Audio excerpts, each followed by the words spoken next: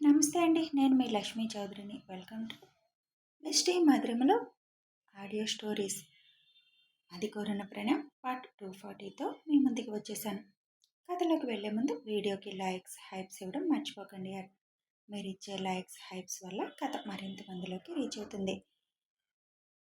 Madam, మిమ్మల్ని కలవడానికి MLA గారు వచ్చారు అని పిఏ చెప్పడంతో పంపించండి లోపలికి అంటుంది భూమి. Good afternoon sir. ఏంటి ఇలా వచ్చారు? మీరు మమ్మల్ని పిలిపించుకోవడమే కానీ మీరు రావడం ఆశ్చర్యంగా ఉందే అని అడుగుతుంది లోపలికి వచ్చిన ఆయన్ని కూర్చోమని చెబుతూ. Good afternoon. అదేం లేదులేమ్మా, చిన్న ఇన్ఫర్మేషన్ కోసం వచ్చాను. ఉదయం నుంచి న్యూస్లో వస్తున్న న్యూస్ మీరు చూసే ఉంటారు కదా అని అడుగుతాడు ఎమ్మెల్యే. ఏం న్యూస్ సార్ అని తెలియనట్టే అడుగుతుంది. అదే, మన ఆంధ్ర ఒరిస్సా సరిహద్దుల్లో ప్రాణాపాయ స్థితిలో ఉన్న వాళ్ళు దొరకడం, వాళ్ళల్లో ఇద్దరు కర్ణాటక ఉప ముఖ్యమంత్రి, ఫైనాన్స్ మినిస్టర్ కావడం, వాళ్ళు అసలు అక్కడ ఎందుకు అలా ఉన్నారో అని న్యూస్ వస్తుంది కదా. సార్, ఆ న్యూస్ గురించా? నిజమే కదా, అసలు వాళ్ళు అక్కడ ఎందుకు ఉన్నారు అంటుంది భూమి. నేను తెలుసుకున్న విషయాలను బట్టి వాళ్ళు నిన్న సాయంత్రం మన వైజాగ్ ఎయిర్పోర్ట్లోనే దిగారంట.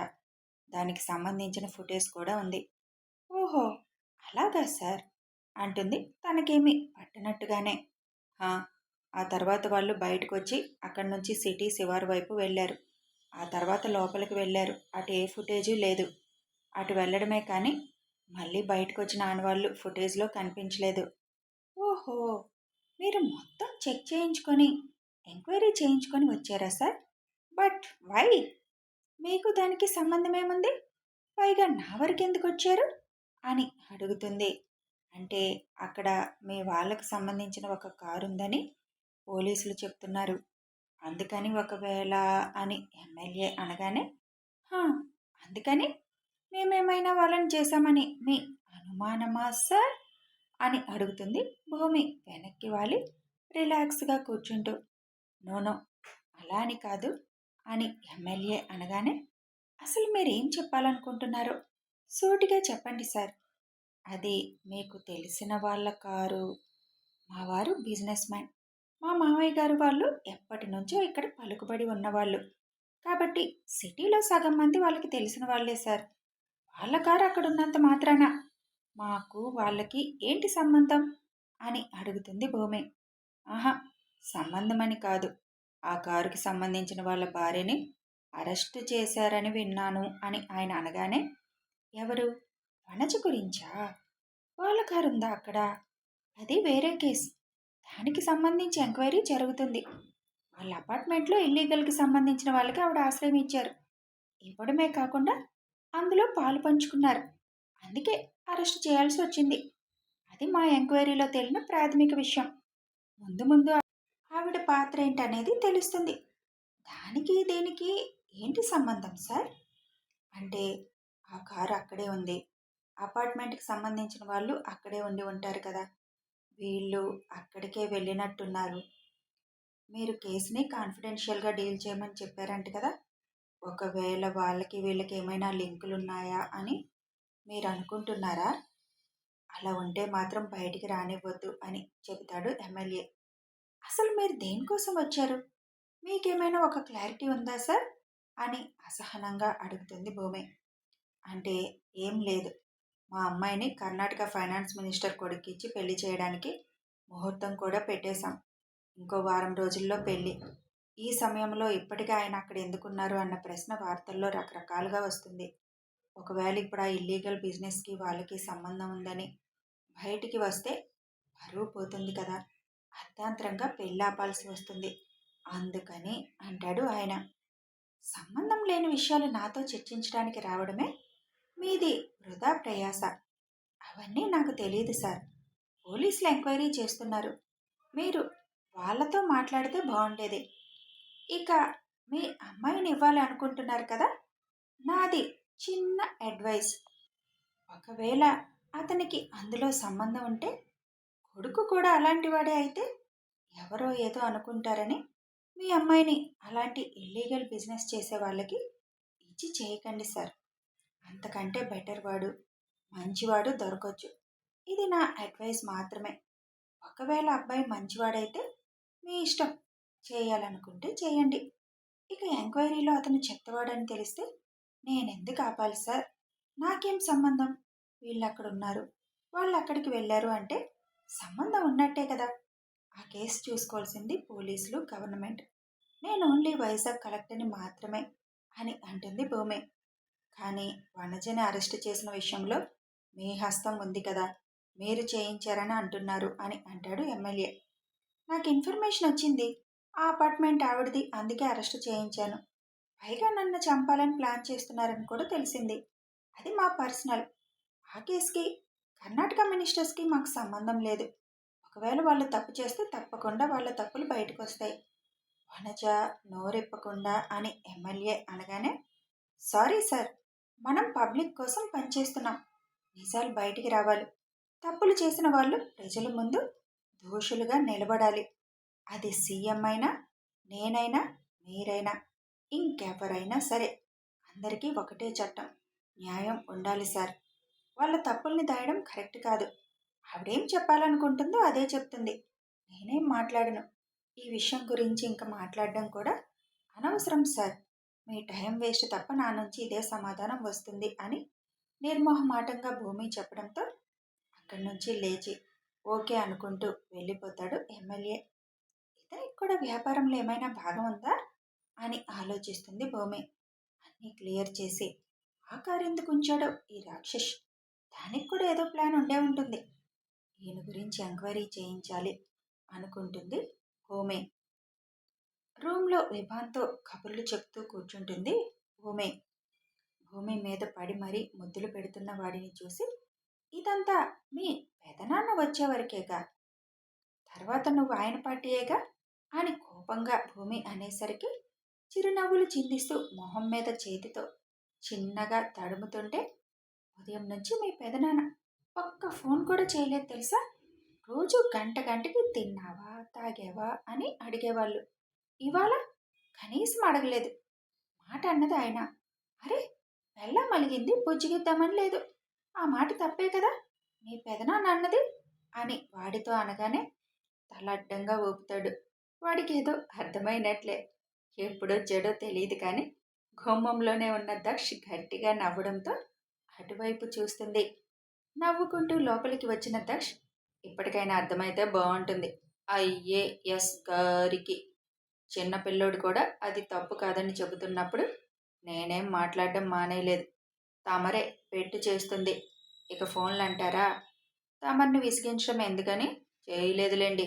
అస్సలే తమరు తమ పనులు తమరు చూసుకోగలరు కదా, అదే కదా అన్నారు నిన్న అని అంటాడు. థ్యాంక్ యూ అండి దక్షత్ గారు, నా కోసం మీ టైం వెచ్చించి కుర్చీ పంపించినందుకు. నేను పంపించింది మీకోసం కాదు, నా కూతురు కోసం అనుకున్నాను. అందుకే ఇప్పటి వరకు థ్యాంక్స్ చెప్పలేదు. ఇప్పుడు కనీసం థ్యాంక్స్ కూడా చెప్పలేదని దెప్పుతారని చెప్పాను. నాకు బుద్ధి లేదు అసలు అని వాడిని తీసుకొని వెళ్ళబోతుంటే వాడు దక్ష వైపు ఉరుకుతాడు. మంచం మీద పడిపోతావు డైపర్గా, నేను ఫ్రెష్ అయ్యి వస్తాను, అప్పటి వరకు మీ పెద్దమ్మకి కొంచెం బుద్ధి వచ్చేలా నిజాలు చెప్పు అని నవ్వుకుంటూ వాష్రూమ్లోకి వెళ్ళిపోతాడు. వెంటనే భూమి వైపు చూసిన వాడిని చూసి, పోరా, నిన్నిక నేను ఎత్తుకోను కూడా ఎత్తుకోను అనగానే పొట్ట మీద పాక్కుంటూ వెళ్ళి భూమి ఒడిలో తల పెట్టుకొని వాలిపోతాడు. ఓ, నువ్వు నా దగ్గర ఉండొద్దు అని వాడిని తోసే కొద్దీ వాడు నవ్వుతూ ఇంకొంచెం మీదకి ఎక్కుతుంటే అప్పుడే ఫ్రెష్ అయ్యి వచ్చిన దక్ష్, ఒరే డైపర్గా, నా కూతురుందిరా అక్కడ, అలా మీద ఎక్కుతావేంటి, నా కూతురికి దెబ్బ తగులుతుందని వాడిని ఎత్తుకుంటాడు. అక్కడి నుంచి భూమి వెళ్ళబోతుంటే నేను నా కూతురుతో మాట్లాడుకోవాలని భూమిని మంచం మీదకి తోసి పొట్ట మీద ముద్దు పెడుతుంటే వాడు కూడా ముద్దు పెడతాడు. బంగారు తల్లి, మీ అమ్మ నీకు అసలు రెస్ట్ ఇవ్వడం లేదు కదా, అందుకే కుర్చీ పంపించాను, కూర్చుంటుందా అందులో, ఒకవేళ కూర్చోకపోతే గట్టిగా ఒక కెక్కివ్వు, దెబ్బ కూర్చుంటుంది అని మళ్ళీ ముద్దు పెడుతుంటే వాడు కూడా ముద్దు పెట్టబోతుంటే చెల్లికి గుడ్ ఈవినింగ్ చెప్పు అని అంటాడు దక్ష్. వాడు పెదాలు తెరిచి మరీ సొల్లు కారుస్తూ పొట్ట మీద ముద్దులు పెడుతుంటే చిచి సొల్లుగాడ అని పక్కనున్న క్లాత్తో వాడి నోటిని తుడిచి, ఇంక చాలే, నువ్వు పెట్టే ముద్దులు నా కూతురికి నేనే పెట్టుకోవాలి అని ఆపకుండా పొట్టంతా ముద్దులు పెడుతున్న దక్ష్ మీసాలు గుచ్చుకొని గిలిగింతలు పెడుతుంటే తన్మయంగా కళ్ళు మూసుకున్న భూమి క్షణాల్లోనే మళ్ళీ వాస్తవంలోకి వచ్చి దక్ష్ తలను ఒక తోపు తోసి అక్కడి నుంచి లేచి బయటికి వెళ్ళిపోతుంది. మీ పెద్దమ్మకి బాగా ఎక్కువైందిరా, మనం అస్సలు తగ్గొద్దు. నేను అన్న మాట తప్పేరా, మా ఇద్దరి మధ్య దూరం వస్తుందనేది అనకూడదు. కానీ ఆ క్షణం ఆ మాట అనకపోతే నీ పెద్దమ్మ తగ్గేది కాదు. తను కలెక్టర్ పవర్తో అరెస్ట్ చేయించి వాళ్ళని బయటికి రాకుండా చేయాలనుకుంది, కానీ అది జరగదని తనకి అనుభవపూర్వకంగా తెలియాలి. అది ఇవాళ తెలిసే ఉంటుందిలే. మీ పెద్దమ్మకి నాకు మధ్య దూరం అనే సమస్య లేదు. నేనెందుకు రాణిస్తాను? ఆ దూరాన్ని దూరం చేస్తాను కానీ అది తనకి తెలుసు. అయినా కూడా బెట్టు చేస్తుంది. మనం మాత్రం ఇలాగే ఉందాం అని నవ్వుతూ రెప్ప వేయకుండా దక్ష మాటలు వింటున్న వాడిని చూసి నవ్వుకుంటూ, నువ్వు మీ పెద్దమ్మ పార్టీయే ఉండరా, లేకపోతే ఏడుస్తుంది అంటాడు నవ్వుతూ. చిరునవ్వులు చిందిస్తూ ఊలు కొడుతున్న వాడిని చూసి, ఏం చేస్తుందో నల్లత్రాజు చూద్దాం పద అని ఎత్తుకొని బయటికి వస్తాడు. దక్ష్ అల్లరితో, భూమి పంతంతో మరొక 5 రోజులు గడిచిపోతాయి కాలచక్రంలో. ఎంత పంతంగా ఉన్నా దక్ష్ చేసే అల్లరితో స్పర్శ, మాట అన్నీ తనకి దగ్గరగానే ఉండడంతో మిస్ అయిన ఫీలింగ్ లేకపోవడంతో తను మాత్రం మాట్లాడకుండా 5 రోజులు నెట్టుకొచ్చేస్తుంది భూమి. కానీ దక్ష్ ఎదపాన్పు, గంటకొకసారి ఫోన్ చేసే దక్ష్ కేరింగ్ మాత్రం చాలా మిస్ అయిపోతుంది. భూమి ఆలోచిస్తూ, తెల్లవారితే నా పుట్టినరోజు, ఇప్పుడు కూడా మీరు అన్నమాట తప్పని ఒప్పుకోరా? సారీ, ఎలా చెప్పరో చూస్తా.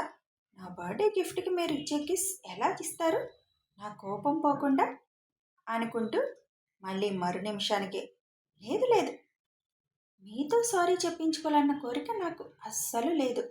మీ నుంచి ఆ మాట కూడా రాకూడదు అనుకుంటాను.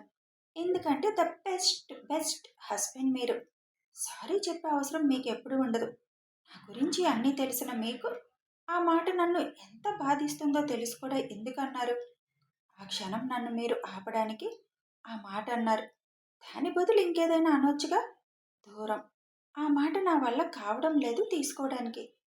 మీకు నేను దూరం అవడం అంటే అది నా ఊపిరాగిన క్షణమే. ఇది మీకు తెలుసు. తెలిసి కూడా నన్ను బాధ పెట్టారు అని ఆలోచిస్తూ చాలాసేపు కాలం గడిపేస్తుంది భూమి. అట్లీస్ట్ కడుపుతో ఉన్న భార్య అలిగింది, కొంచెం బొజ్జిగిద్దామని లేదు. 6 రోజుల నుంచి కూతురికి పెట్టేస్తున్నారు ముద్దులు. భార్య మాత్రం చేదైపోయింది కదా అని ప్రెగ్నెన్సీ మూడ్ స్వింగ్స్తో నిమిషానికి ఒకలా ఆలోచిస్తున్న భూమి తన ఫోన్ రింగ్ అవుతున్నది కూడా పట్టించుకోలేదు. పిఏ లోపలికి వచ్చి దీర్ఘంగా ఆలోచిస్తున్న భూమిని చూసి, మేడం మేడం అని పిలుస్తాడు 2 సార్లు. పిఏ పిలుపుకి ఆలోచనల నుంచి బయటకు వచ్చిన భూమి, చెప్పండి అంటుంది. మీ ఫోన్ రింగ్ అవుతుంది మేడం. ఓకే, మీరే పని మీద వచ్చారు అని అడుగుతుంది. ఈ ఫైల్ మీద మీ సిగ్నేచర్ కావాలి మేడం అని ఫైల్ ముందు పెట్టగానే దాన్ని ఒకసారి చెక్ చేసి సైన్ చేసి, తొందరగా ఇది పాస్ అయ్యేటట్లు చూడండి అని చెప్పి తన తల్లి నుంచి కావడంతో ఫోన్ లిఫ్ట్ చేస్తుంది. హలో మా, చెప్పు, ఏంటి ఈ టైంలో ఫోన్ చేశావు అని అడుగుతుంది భూమి. చేయాలనిపించింది చేశాను, చేయకూడదా అంటారు భారతి. అలా అని నేను అన్నానా? కాకపోతే నువ్వే ఉదయమో కానీ రాత్రి కానీ చేస్తావు, నన్ను డిస్టర్బ్ చేయకూడదని. ఇప్పుడు ఈ టైంలో చేస్తే చిన్న డౌట్తో అడిగానులే. ఏమీ లేదులే, ఈ రోజుతో 5వ నెల కూడా వచ్చేసింది కదా నీకు. ఈ నెల సీమంతం చేస్తాం కదా, చేశాక మాత్రం వచ్చి ఇక్కడ ఒక వారం ఉండేలా ప్లాన్ చేసుకుంటామని ఫోన్ చేశాను. వర్క్స్ ఏమైనా ఉంటే ముందే చూసుకో. మళ్ళీ నేను వెళ్ళిపోవాలని మాత్రం అనకు భూమి. అసలు ఎన్ని సంవత్సరాలు అయిందో తెలుసా నువ్వు మన ఇంట్లో పట్టుమని 2 రోజులుండి అంటారు భారతి. వారం రోజులంటే కష్టం. నా మీద మీకు బెంగగా ఉంటే మీరే ఇక్కడికి రావచ్చుగా. అదేంటి, మీ అత్తయ్య వాళ్ళతో చెప్పావంట ఈసారి వారం ఉంటాను, అమ్మ చాలా ఫీల్ అవుతుందని. మళ్ళీ ఇప్పుడు నాతో ఇలా మాట్లాడుతున్నావు? వాళ్ళు అదే అంటున్నారు తెలుసా. భూమి ఆ మాట మీద ఎంత నిలబడుతుందో చూడాలి అని అంటారు చిన్న స్మైల్తో భారతి. నా వీక్నెస్ మీకు నవ్వులాటగా ఉందిలే. ఉండాలని నాకు అనిపిస్తుంది కానీ ఉండడం కష్టమ్మా. అందులో ఇప్పుడు నా వర్క్ కూడా ఎక్కువే ఉంది అంటుంది భూమి. ఎప్పుడు ఏదో ఒకటి చెప్తున్నావు భూమి, ఈసారి మాత్రం పంపించేదే లేదు. వారం రోజులు ఏదో ఒక విధంగా చూసుకొని రావాల్సిందే అంటారు అలకగా. ఇప్పుడు నువ్వు అలగకు, ట్రై చేస్తానులే అని చిరునవ్వుతో అని, ఇప్పుడు దానికోసం ఫోన్ చేశావా? హా, నీకు 5వ నెల వచ్చింది కదా అని మీ అత్తయ్య వాళ్ళతో మాట్లాడుతుంటే ఈ విషయం చెప్పారు. అందుకే చేశా. ఓకే మరి, నేను తర్వాత మాట్లాడతానులే అని ఫోన్ కట్ చేసి, నా రాక్షస్ నన్ను అన్ని రోజులు అక్కడ ఉండనిస్తారా? కూతురితో మాట్లాడుకోకుండా ఉండగలరా? కష్టమేమా. ముందు నువ్వు ఉండగలవా లేదో చెప్పు. తన గురించి ఎందుకు, తను ఉండాలి అనుకుంటే ఉంటాడు అని అంతరాత్మ భూమిని ప్రశ్నిస్తుంది. ఉండలేనా? అది అందరికీ తెలిసిన విషయమేలే అని ఇక ఆఫీస్లో ఉండాలి అనిపించక టైం కూడా అయిపోవడంతో అక్కడి నుంచి ఇంటికి బయలుదేరుతుంది. లోపల నుంచి బయటకు వచ్చేసరికి దక్ష్ కారు ఉండడంతో మనసులో ఆనందంగా ఉన్న పైకి మాత్రం మూతి ముడిచి అక్కడ సీన్ క్రియేట్ చేయడం ఇష్టం లేక సైలెంట్గా వెళ్ళి కారు ఎక్కి కూర్చుంటుంది. కథ కొనసాగుతుంది. మరి భూమి అలక తీరుస్తాడా? దక్ష్ ఎందుకు వచ్చాడు ఇప్పుడు, ఎక్కడికి తీసుకువెళ్ళబోతున్నాడో తెలియాలి అంటే కథని ఫాలో అయిపోండి. వీడియో నచ్చితే ఒక లైక్ చేయండి, షేర్ చేయండి, కామెంట్స్ రూపంలో మీ అభిప్రాయం తెలియచేయండి. సబ్స్క్రైబ్ చేసుకొని ఛానల్ సపోర్ట్ చేయండి. Thanks for watching.